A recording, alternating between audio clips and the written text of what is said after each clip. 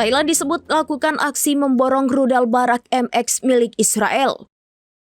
Mengutip Tribunnews pada 13 Desember 2025, hal itu dilaporkan dalam keterangan resmi Israel Aerospace Industries atau IAI. Dilaporkan bahwa Thailand secara resmi menaikkan kontrak bernilai 108 juta dolar Amerika Serikat.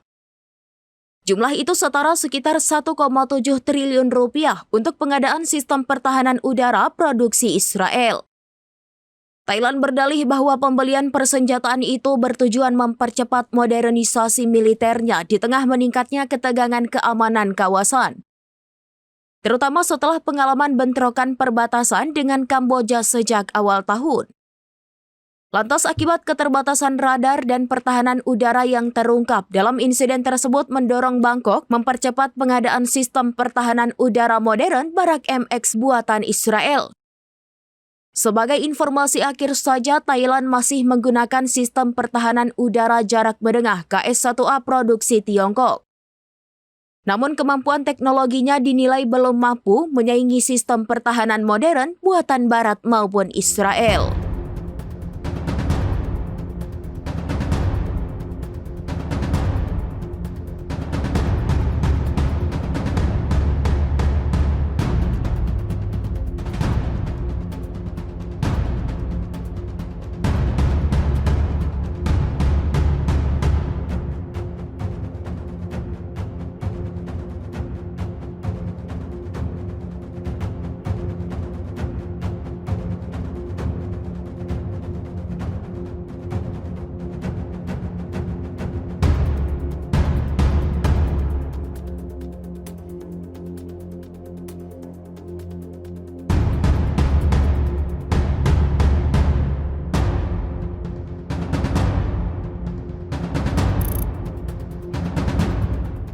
Download Tribun X sekarang, menghadirkan lokal menjadi Indonesia.